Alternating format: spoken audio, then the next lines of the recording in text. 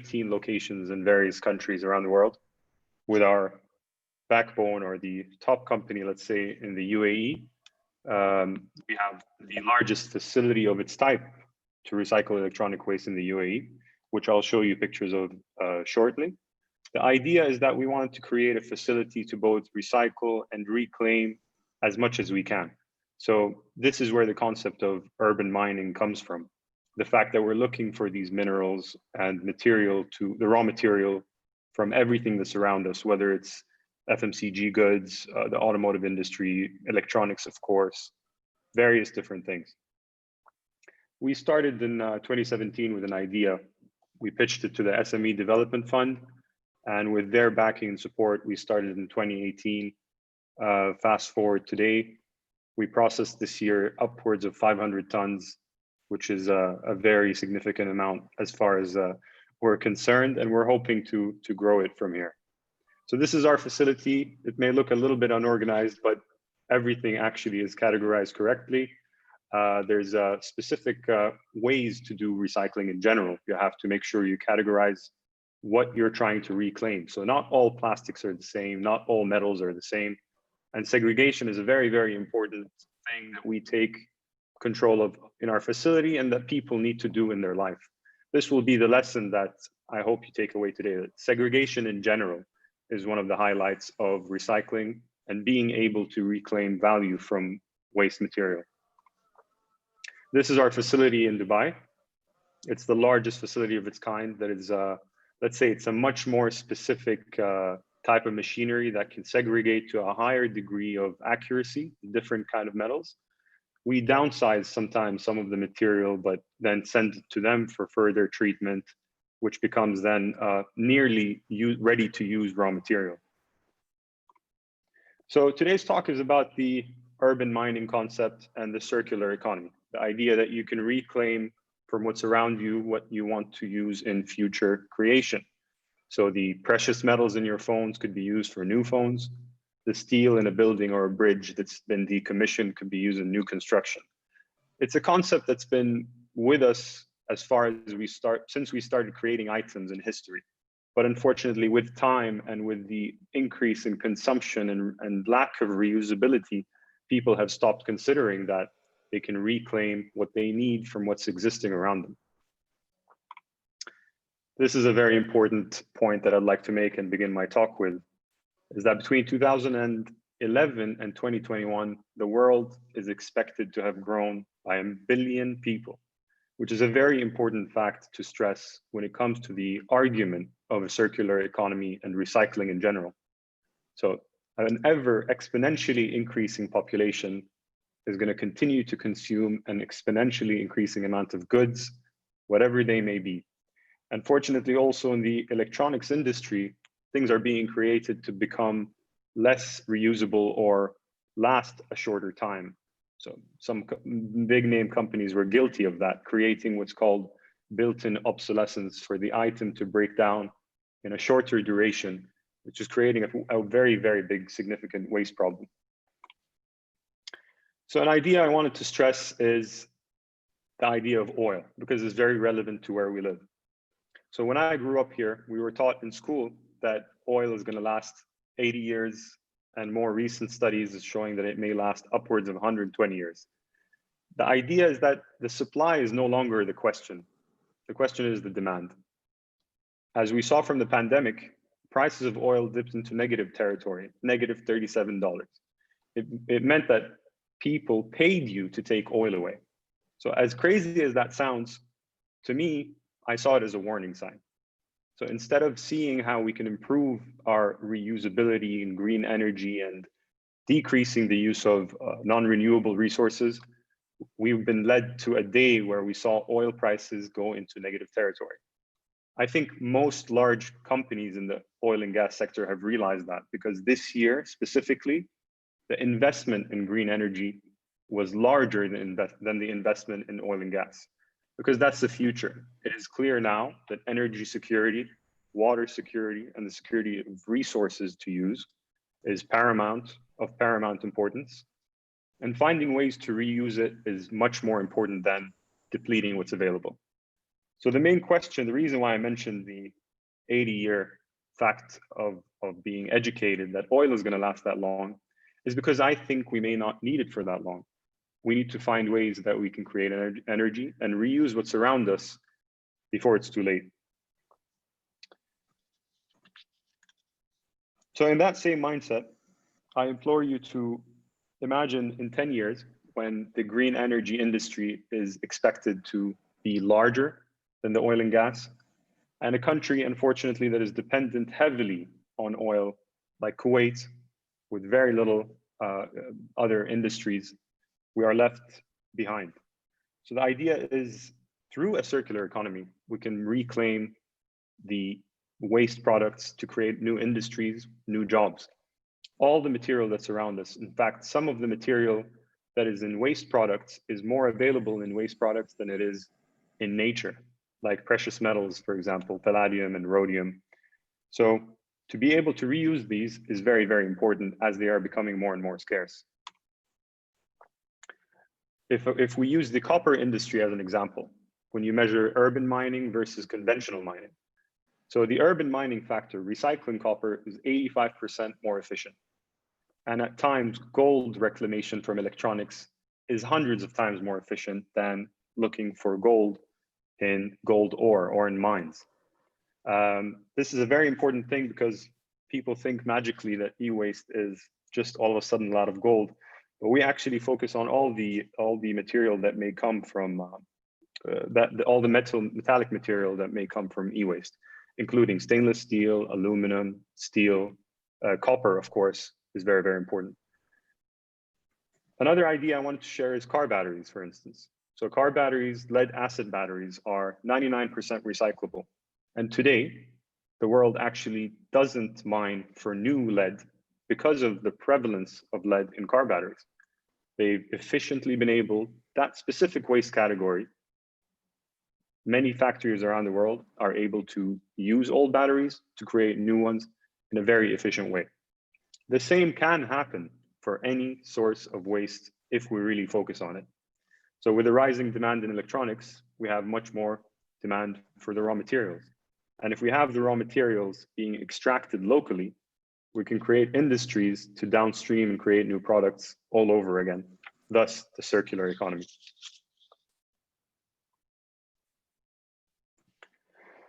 So urban mining is hundreds of times more efficient. In fact, the Olympics that was meant to take place this year in Japan recycled mobile phones to make all the gold medals as a way of proving that we don't have to go back to the natural resources and deplete them to come up with whatever we need. It was a very good commitment on their part. Apple has had a very significant commitment. By 2030, they promised that all their products are 100% recyclable. None of it will go landfill. If entities in the recycling industry want to put effort forward, they can recycle all of it, not just parts of it. Right now, what we see coming through our factory, unfortunately, is large amounts of non-recyclables because the manufacturing industry hasn't been regulated with that idea in mind. There's a lot of plastics that come to us, specifically printers, that are made of ABS, which is a very quick melting and deteriorating plastic. Very difficult to reuse it in new products. So we're definitely moving to a future where companies understand this concept and they understand that with an exponentially increasing population, you need to find ways to reuse what's already out there because the earth can be depleted at some point. We're seeing that in all industries. And this is why the largest energy companies in the world, the Shells and what have you, are looking at green energy on ways of reusability rather than depleting non-renewables. Something I wanted to touch on is the idea of increasing awareness. I've been asked many times, how can we change what's going on? It starts by education. If we educate the younger generation, they will hopefully go home and explain to their parents the idea of segregating your waste, the idea of not landfill dumping absolutely everything, the idea that jobs, income, new products, a better future, a cleaner future can all come from reusability and recycling. Now, we've been spoiled, thankfully so, but in a country like Kuwait, we've been spoiled to see that Trash collection, we take it for granted. Someone collects the trash at night and we dump everything in the same receptacle, unfortunately. If we create a system and educate, in fact, enforce that system where we put penalties, we tax people, we fine people for not following the law, we can then start to see things improve. There are some laws in Kuwait that try to amend the problem, but unfortunately, they're not being enforced as much. If we are able to simply segregate the recyclables and non-recyclables, by my understanding of working day to day in the recycling industry, it could create tens of thousands of jobs, a great new income stream for multiple individuals and governmental entities as well as have a cleaner place to live rather than just dumping everything. I've been to the landfills in Kuwait, and unfortunately, it's not a pretty sight. And there's solutions for almost everything that's being dumped. From tires, you can make better roads. From the general waste, you can segregate through automated machines to extract what's called RDF and use it in waste to energy plants. So trash is being used to generate energy. Doesn't cost that much money, especially in a place where land is abundant, labor is reasonably priced, and just takes a bit of initiative. There's a short documentary I would highly recommend for you to watch, which highlights the problem. A lot of people are not familiar with the problem of e-waste. I've been guilty in a younger age of throwing away a cable that I didn't need. So this short documentary on YouTube, Toxicity, explains just how bad it is, the amount of dumping the world is doing into the poorer countries, because there's an ever-growing problem with very little solutions being placed for them. So what you see in that video is a lot of people finding ways to make a living in a very improper way, very toxic to their lives, toxic to the environment, of trying to extract whatever they can to make some money, because larger companies aren't able to deal with the problem properly. So what we've been able to do is start that process. We collected 100 tons in year 1, 500 tons in year 2, and we're seeing more and more that companies and individuals are loving the idea. They want to support, they want to see what more they can do. And we've been able to create a business out of it, sustain 12 jobs and help clean the country, so to speak. I wanted to thank you guys and extend an appreciation to the Seeds team by offering anyone that's listening and residing in Kuwait, we'll collect e-waste from you guys for free, which is usually a paid service.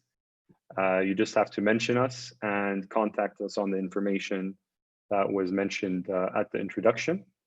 And I'll leave it to you, Yasmin. And if there's any other questions, I'll more than happily answer them. Thank you. Thank you so much, Waleed. Sure. I think everyone is so excited to start recycling their electronic waste now, starting with me. Especially for being for free as well. Yeah, definitely. Thank you, Waleed. Sure. I would like to invite our second speaker for today's event, Mr. Orçun. Sorry, I'm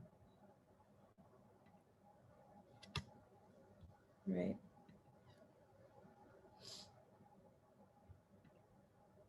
Mr. Orçun, if you can please unmute yourself. Hello, Yasmin. Hi. Hello. Okay, sorry. So we've got Mr. Orçun ÖZHELVACI. He is a seeds leader and he's also a lead and waste management expert working in a mega project here in Kuwait. I would like to welcome him with his presentation, This is Not Waste. Thank you, Yasmin. Let me share my screen. Sure.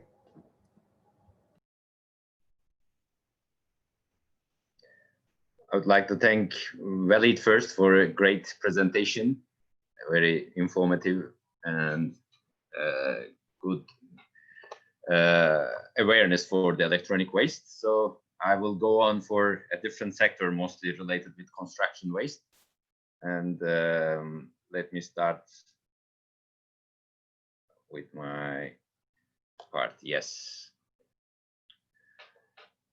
I would like to give a brief information about myself. I'm normally a geological engineer, but I have been working in the sustainability sector for almost 10 years. I am a lead accredited professional for building design and construction. I have been in design and construction part of lead projects, more than 20 projects I participated in. I'm a waste management expert, and I'm also working as a trainer for sustainability. And currently I'm working in Kuwait International Airport Terminal 2 project in DIMAC company as the contractor's lead coordinator. So I would like to talk about waste generation. It is, of course, an inevitable fact of modern life, which should be managed properly as a mission of every human on the planet. It's our one of the main responsibilities as this generation to give a good world for the future generation, because it's like with the increasing population, increasing waste generation, we are killing our future, in fact. Let's check the urbanization rate and the waste generation, how they are related to each other. Of course, the urbanization, the more urbanization rate is increasing, the waste generation rate is also increasing. When we check Kuwait, it's getting in the very right side. And because it is a fact that the high income countries and economies are more urbanized and they generate more waste per capita in total. The more you spend to buy products, the more waste you are getting and the more waste you are generating as a country. When we check the MENA region as well, according to the study from the World Bank, it is called Water Waste 2.0. It's a global snapshot of solid waste management, and they have some assumptions going until 2050. If you are interested in, you can check this in the internet from World Bank, and you can see the details. It's a very large, detailed report. In this report, you can find that Kuwait is one of the, in the first 5 waste generators per capita. It was the research was completed in 2016, and I think in the last years it is even getting more and more in the upper ranks. So we are living in a country which is generating too much waste. So we talked about, Mr. Waleed talked about the waste generation and totally generation of electronic waste. But when we check the total solid waste going to landfills, we can realize the most of the part is coming from the construction sector. And these construction waste mostly going to landfills. But when we check, there are 18 landfills in Kuwait where 14 of them are closed already because their capacity is full, and 4 are still in operation. And these landfills act such as dump sites, not really engineered landfills, which you are just operating some kind of techniques to reduce the waste. No, you're just using it as the dump site. And in fact, landfill sites in Kuwait are known as causing severe public health and environmental issues, which is giving us a big signal that like we should do everything to reduce the waste going to the landfills. So how normally we can do that? How we can reduce the waste? It's all the waste generations are mostly we are doing the waste generation. Even though it's not your home, your work, your construction, the company that you are working with, everyone is responsible for a part of waste generation. So normally when we check, it's not really waste we are throwing away, it's our future. And to stop it, everyone, including all big guys in the companies, in the government, in the responsible authorities, they should realize this. And that's why as the sustainability sector, we should increase the awareness. As a sustainability expert, one of my main aim to increase the social awareness related with waste generation, recycling, reducing the waste generation, reusing the waste, all related with that. That point, I would like to mention about one of our projects that we completed last year in February, which is a big event in Kuwait, increasing the awareness about construction waste, which called Project Yukon Terminal 2. It was Project Yukon means project under construction, and we had a pilot project taking our terminal building construction for the first time. And as the main contractor, we were the strategic partner, as Limak, we were the strategic partner of this Project Yukon Terminal 2. The event has been organized in El Shahid Park in February 2019, and it was an event of 7 days. The project owner is Ministry of Public Works of Kuwait, and they wanted to lead the project, and as a strategic partner, we participated for mostly in the implementation. So what is Project Yukon? It was, we wanted to use the biggest project in Kuwait,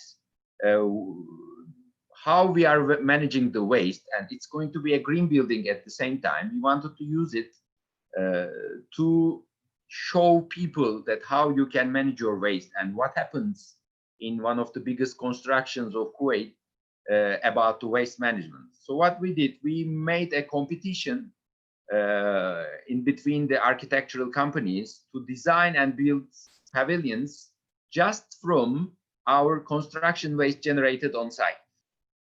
And at the same time, we thought that it wouldn't be enough for a big event like this. We can have we can use one of the conference rooms in Shahid Park, and we can make an exhibition for Terminal 2 green features, what makes this building green, and how we are managing the waste in this terminal building, what type of waste we are having. We would like to have a kind of exhibition in one of the conference room in Shahid Park too. So it was not enough also. We will have the pavilions from the waste, then we can have some activities inside.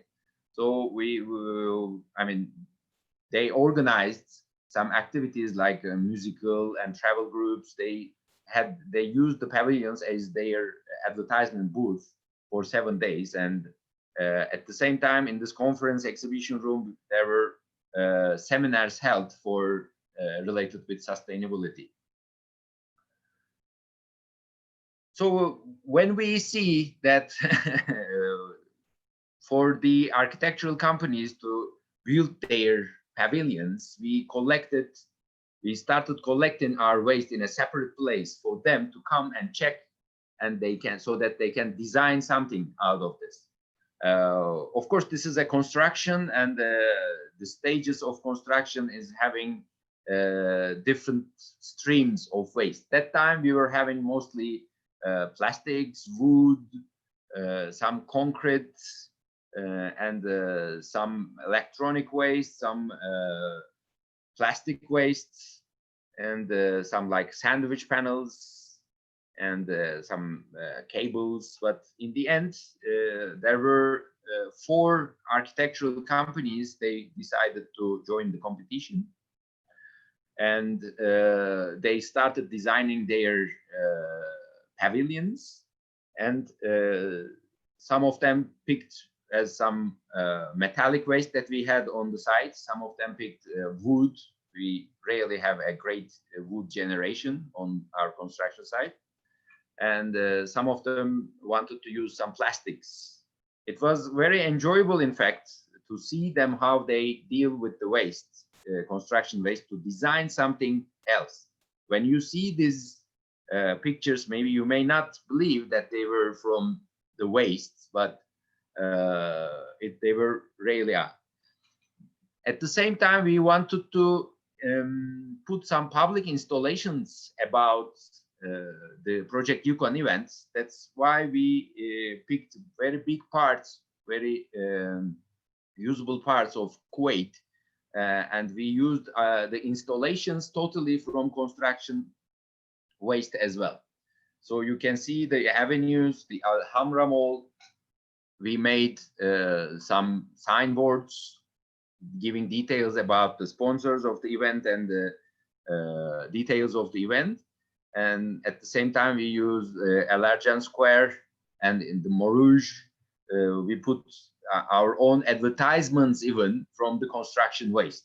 Of course, like this is the concept of the event, that's why we used them, but you can see that even that from them, you can make something really different and beautiful. So in the end, the architectural companies completed their pavilions, which you can see here. One of the architectural companies, whose name is Orcun, they won the first prize in this competition. They made this pavilion totally from construction waste, and it was there in Shahid Park for 1 week for people to see. And the second one was from Studio Toggle, and they completed a pavilion from wood. You may not believe, but this was all the wood that was about to be sent to recycle or sent away. And they just took everything and cut by themselves and established this difficult pavilion. And in the end, especially this one was very great with the great lighting during nighttime. Other than that, Gulf Consult wanted to make an art pavilion. With they were also exhibiting their own art pieces. And the last one was from Kayan Architects. They used also mostly wood and metallic waste to make a stage. This stage was used also the music pavilion. There were music activities held during the event.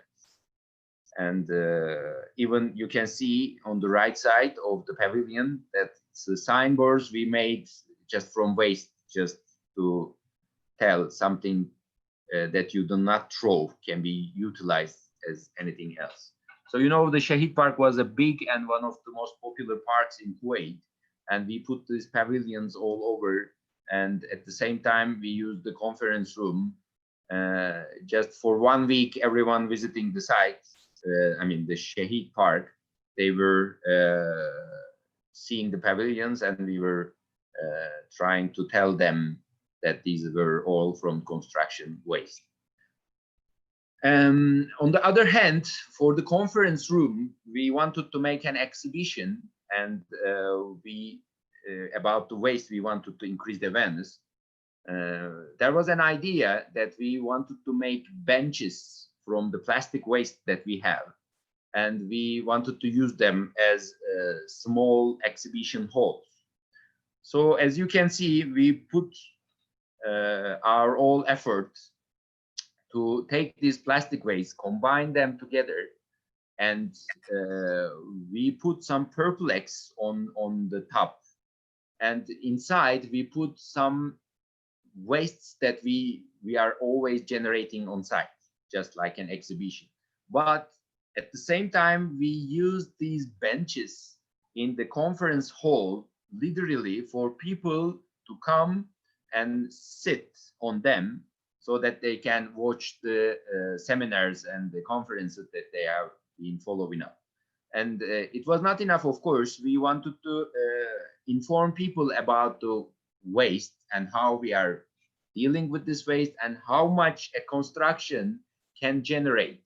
That's why we put some informative plaques on top of them, so that before you sit even, you can read how much waste is being generated on site and how we are handling them.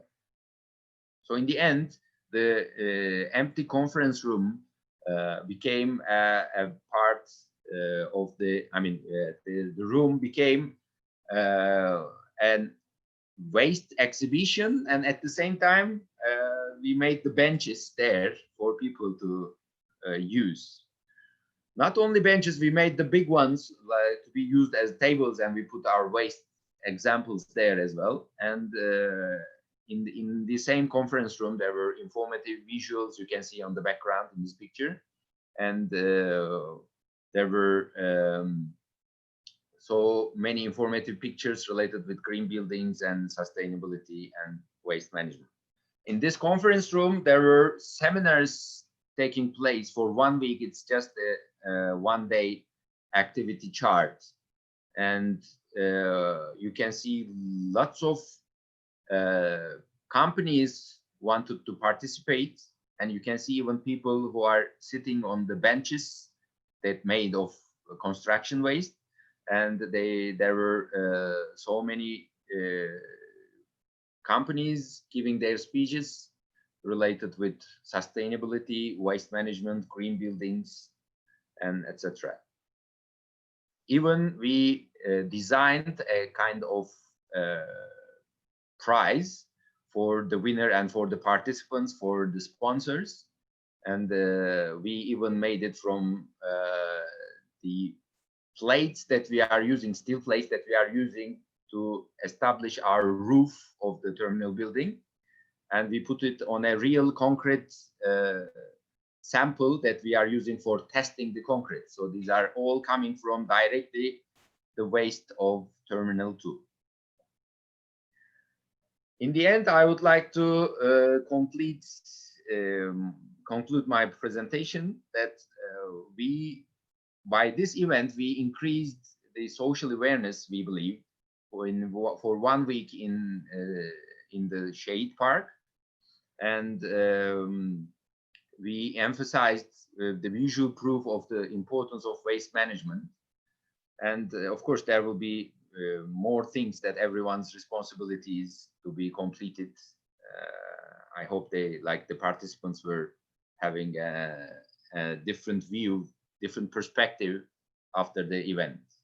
So I want to thank you for everyone who is listening, and we'll be happy to answer the questions after all. Thank you so much, Orçun. You're welcome. We need a lot more of these events to spread awareness on how valuable waste can be, especially in Kuwait. Yeah. All right. So I would like to thank the speakers one more time, Mr. Waleed and Mr. Orçun, for sharing these valuable information on waste. We will start taking your questions after the panel discussion, but I would like to invite both speakers to unmute themselves so we can discuss some questions together. And then if anyone has an additional question that they're interested to know more about, please do share your questions in the chat box, and we'll select a few questions to answer after the panel discussion. So I'd like to start with Mr. Waleed by asking you, what, in your opinion, do you think is the biggest challenge in Kuwait when it comes to waste management and recycling? So I think it's very obvious that increased awareness is the most important thing. People don't understand that is happening, the wealth of use that could come from what is being thrown. All of these things are not common knowledge, whereas they are in other parts of the world. So everyone talks about Sweden and other European countries, and the reason why they are the way they are is because it took a very long time to educate everyone to be working to the same cause. So unfortunately in Kuwait, we don't have any type of segregation. So the municipal waste collection contracts that collection companies are given don't have any clause on treatment or segregation. It's simply collect and dump. There is nothing else in between. Whereas if the government takes action and puts in a halfway point, So there could be 2 waste bins outside every home instead of 1. One is for recyclables, metals, paper, cardboard, plastics, with no type of food whatsoever, which is the enemy for anyone working on recycling. And the normal, let's say, foods and other biodegradable option in its own waste bin. That would already tremendously change everything. So the government needs to take action. They could potentially as well put forward penalties. I remember once putting more garbage out for collection when I was studying in the US than I should have. And within a week, I had a fine in the mail for $50. So I didn't know that because no one told me. And when I photo of that, I realized, okay, that's the thing. So you have to be careful. Don't throw away everything. You have to segregate, and don't throw away too much. It just took that one time for me to learn. So if we really wanted to, within a year, we could change the entire ecosystem. So creating new rules, new processes, educating people on them. I mean, Kuwaitis love TV and Ramadan. It's a big thing to watch TV and advertisements. Why not create some sort of character, some sort of common advertisement that everyone becomes knowledgeable about or friendly with, as we are with TV shows, about increasing awareness aimed at different age brackets, and do this in a chronological order. And from then on, you can create several subsidized companies that could each, or to create a fair competition, multiple. So each waste stream has multiple applicants that can take part in it and start to compete with each other, which is very healthy to decrease the costs of recycling, the efficiency of it. That's what I think. I think you're absolutely right. And I completely agree with what you said, especially in the education part. I think we lack that a lot in our region.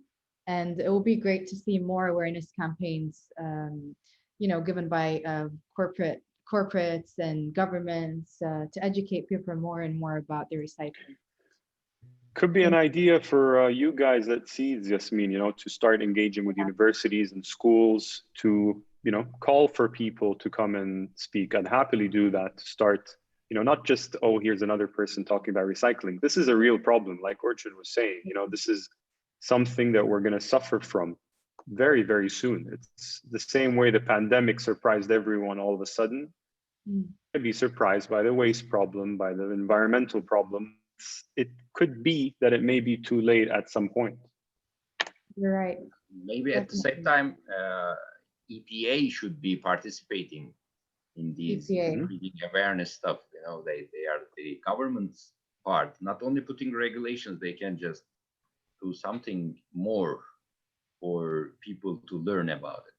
Yeah, I think it should strictly be part of the education as well, like particularly in school, teach them young so that they will want to start recycling on their own, whether the rules exist or not. Yeah. All right, thank you guys both. I would like to move to Orçun with a question on how waste can replace natural resources. You shared in your presentation how you upcycled the waste generated in the extraction site into more useful and engaging outcomes. So what kind of business streams do you think an individual or a company can actually generate from the existing waste in Kuwait? In fact, of course, there are some recycling companies in Kuwait dealing with some waste generations. But what I would like to say, the recycling should be the last part. What you should do with a waste. Before that, you should think that any waste can be reusable or not. Of course, like the circular economy is one of the things that you can think about, but there is no company who is like collecting the waste and think that, okay, where else it can be used before recycling. Well, I mean, maybe it is really difficult without a kind of support, maybe from government or anywhere else, because it's the open market that you need to have some profit. And when you don't have profit, you cannot go on this work. But a simple example from our construction site, I can say that before sending any waste to recycle, we are collecting them, and we have a brainstorming, telling, okay, what we can do with them before that. So reusable waste is always a better idea. To you can use some wood and make some furniture. You can use the used tires to make some I don't know, some kind of flower pots, or like any company who can utilize the waste in a reusable way, I think can make a difference. Right. Thank you, Orçun. So it is clear that this can generate, business streams for people who would like to, for example, cut costs on getting new raw materials for their businesses, and also for companies who are generating waste and, simply they don't know how to get rid of it. So they can sell the waste and put it into better purpose. But my other question is all waste recyclable? Did you struggle with certain kinds of waste that you think, due to their own type, they cannot be recycled, or due to the lack of existing recycling facilities, you're unable to recycle them here in Kuwait? I can easily answer that question from like a construction part of business, which is wood. Wood is a great material to recycle, reuse. You can do lots of things. And in Kuwait, I don't think there is a real facility who can reutilize the wood and who can deal with it in a reuse way, in a recycle way. You can do lots of things related with wood. That's the first waste stream which is having a big problem, especially in Kuwait. I don't know, maybe in MENA region there are not struggling this much, but in Kuwait we have a big problem for wood recycling. Mostly the furniture makers or some wooden pallet makers, they are picking some reusable wood, and other than that there is no factory or any company who is just having them to recycle. In other countries, most of the European countries, it's a valuable waste. You can sell it, and in Kuwait, even that you want to give it for free, it's like a problem. And it's a shame because in Kuwait we don't naturally find wood that easily. So it's relatively more expensive than in countries like Europe or the States. It can be a real good sector for, I don't know, anyone to. Yeah, I guess that is a whole new business stream for Kuwait to adopt as well. Wood business. Yeah, thank you, Orçun.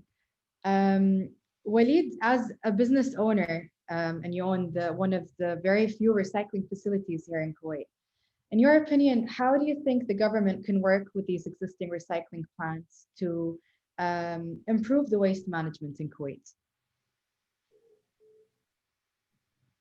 Yasmin, that's a very good question. And I want to use one of the questions asked by Amr Rashidi, why he understands our reasons for only accepting large quantities, but the problem is the smaller quantities that may slip through the system. So I'll give it to you as a business owner. There's tremendous amounts of costs that come with renting a place, the machinery, the power. Our machines consume 400 kilowatt hours to be switched on. So we can't place anything in them if the output is not going to make financial sense, even in a country with power as cheap as Kuwait. We're a team of 10 people and we're growing rapidly. So there's costs that come along with it. So there's two ways to solve the problem. You either enforce, like I said, the regulation, and everyone has to do it, and people are penalized for not doing it. And that way the quantities speak for themselves. Or you find a way to subsidize the businesses to be able to work on these kind of materials, to find the halfway point where we're collecting on our own accord, we're increasing the awareness ourselves, we're trying to process the material and still make money out of it, is a very difficult equation to get right. And we only succeeded in doing it by being able to focus on the more precious material, the more precious metals, as well as being extremely lucky that the pandemic has caused the commodities industry to boom. So copper is touching $8,000 a ton, which is extremely expensive historically.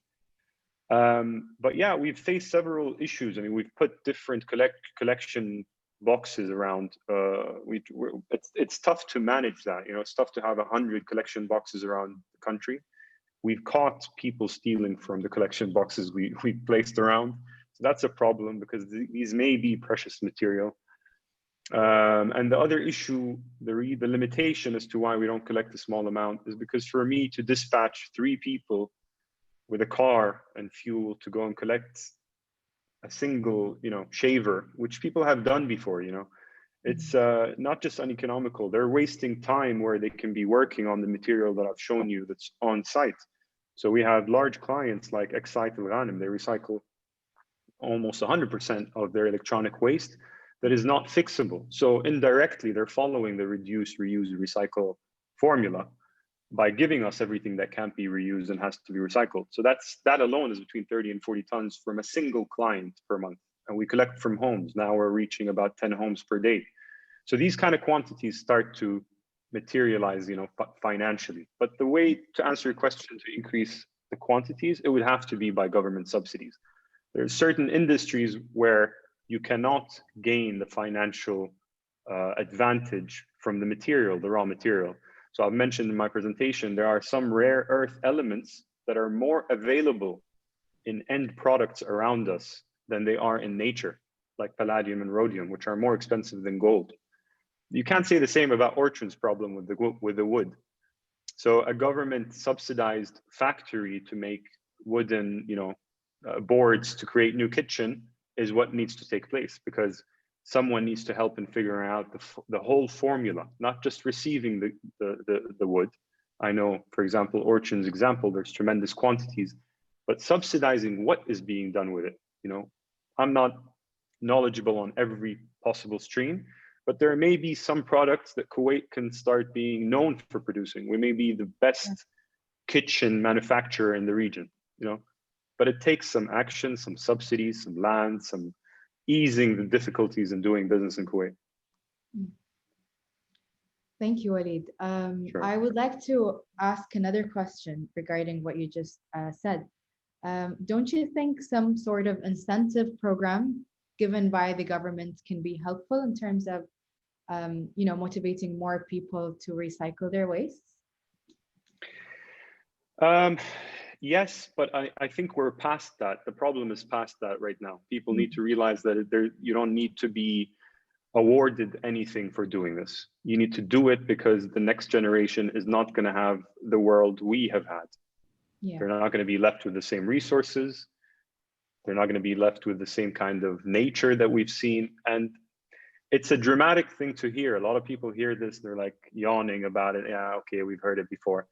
But it's very real and it's happening much more rapidly. And like I said, there's a reason why the largest investment firms in the world, the largest energy companies in the world are looking at renewable rather than non-renewable.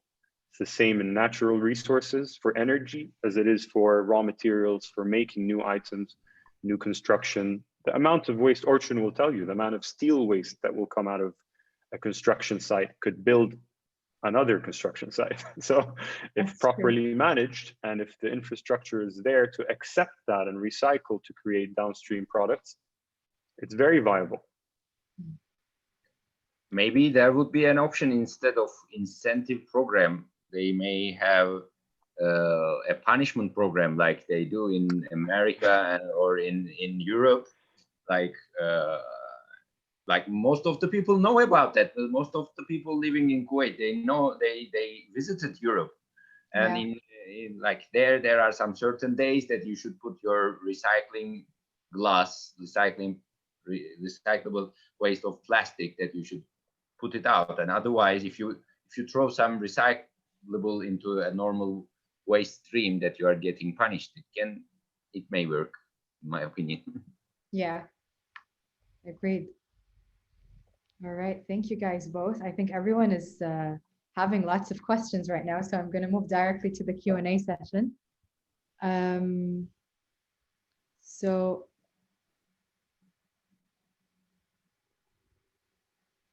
okay, so Waleed, I think already answered Amr's question. We can move on to Kate's question. What are the challenges for finding markets for recyclables in Kuwait? Also, is there a large market for recycled plastic bottles? Orçun, So, answer for that? so yeah, Omnia are doing an incredible job in Kuwait. They recycle plastic bottles. Their awareness and social media influence is incredible. But unfortunately, there isn't a long-term, sustainable, feasible way of doing what they're doing. Yeah. I can see that even though I don't know the details of their business, because the end product is PET flakes, and PET flakes used to create new bottles when it's virgin plastic is cheaper sometimes than recycled plastic. This is where these ideas of subsidies need to come. So you need to incentivize, there's many bottling companies in Kuwait, you need to incentivize bottling companies to be able to purchase recycled rather than non-recycled. If you go into the more expensive material, there's a form of recycling that's, like I said, been taking place for hundreds of years, which is the scrap industry.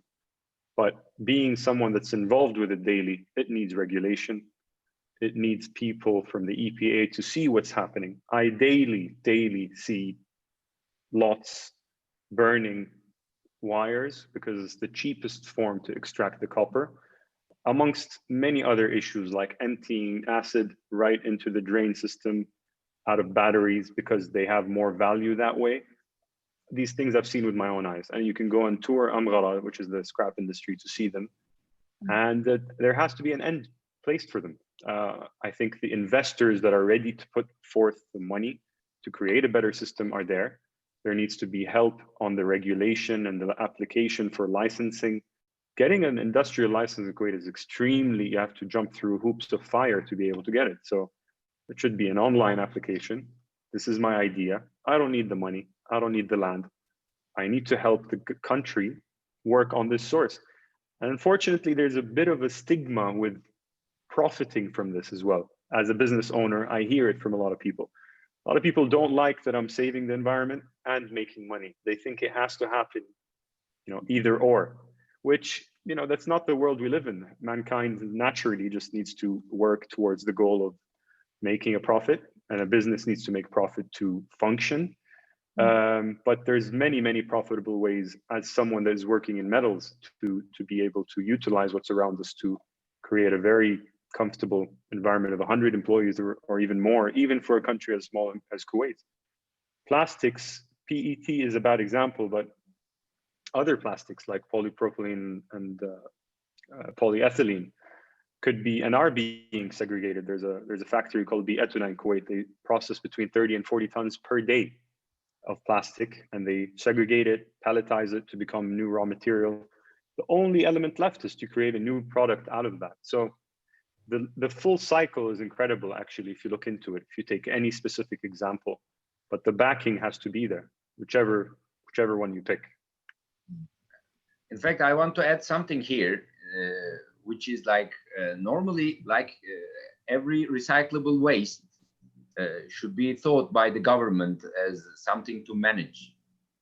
Like government is just leaving it to like private companies, some NGAs, some other stuff, and like think that these recyclables, if they are not profitable, they are just going to the landfills. Like a municipal waste, the government should take an action and put some effort. If it can be even supporting the companies who are dealing with it in a way, if you don't have the power to deal with it. But in most of other countries, you can see that the government is by themselves taking the action about recycling. They put their own facilities. So even if it doesn't make money, it doesn't mean that these recyclables will go to landfill, because open market is focusing on profit. No company says that, okay, I will lose money and continue this job. That's why that the waste problem is increasing, especially if you cannot have profits. So that's why like government should step up and not only changing regulations and making audits. Of course, the waste stream, which which is also hazardous, is something different, as Waleed talks how they segregate plastic from metal. But also that like there should be like a government recycling authority to deal with all these things, maybe support the industry with a financial issue. Otherwise, it's not going to solve. Open market will not solve itself in this way. Yeah, it won't be a sustainable solution to manage the waste properly. All right. I think we have a question for Orçun. What is the role of innovation category to build the sculpture and reusable parts in waste management? I think the question is related with leads in innovation and these design innovation credit. In fact, you can use it, the pavilions and all these events, we are rarely going to use it as one of the credits to earn 1 point, which is in the end going to participate in the part of like raising awareness, like green education, to give information about green buildings and some sustainable features of your project. And you can get 1 point from like innovation in design credit. Yes, thank you, Orçun. I think we've answered all questions. I don't know if anyone else has any additional question to ask. I can see Simon Tom's question telling in the end, like if we cannot have a clear plan for waste, is it going to affect the quality of drinking water in Kuwait, even if there is water factories? It's a different question about like maybe Kuwait is not utilizing the groundwater as a natural water resource too much, but in the end, even if it is not affecting the water quality, it's going to affect the land. So whatever the land you are using, it will be because of the hazardous waste or the landfills, it will need a remediation in the end, which is going to affect the cities nearby. All right. Thank you, Orçun.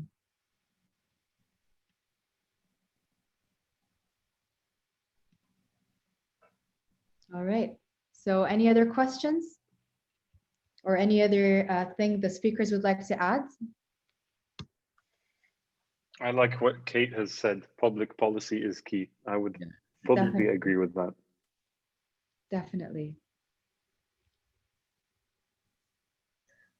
All right. It seems like we have finished with the questions. So I'd like to thank all speakers again one more time for joining us today. And I would like to announce that this is actually the last Leaders Social events of 2020. The Seeds platform team will be taking a break until we start hosting the Leaders Social events again. However, we do have an upcoming event towards the end of January with one of our very own leaders, Dr. Iyad Al-Attar. He's an air quality specialist and consultant. He has a webinar on air filtration fundamentals. It is recommended for anyone interested in the HVAC sector or working in the healthcare or procurement departments. The registration fee is only 10 KD and it's free for the Seeds leader. You can register for the event on the Seeds platform website, and for alternative registration methods, you can contact admin@seedsplatform.com. I would like to thank everyone for joining us one more time. Thank you for hosting us, Yasmin. Thank you, Yeah, Orçun. thanks for the efforts, Yasmin. Thank you, Waleed. Keep it up. Thanks. And I'll stick around for a few minutes in case anyone has a question for the Seeds platform team. Thank you one more time.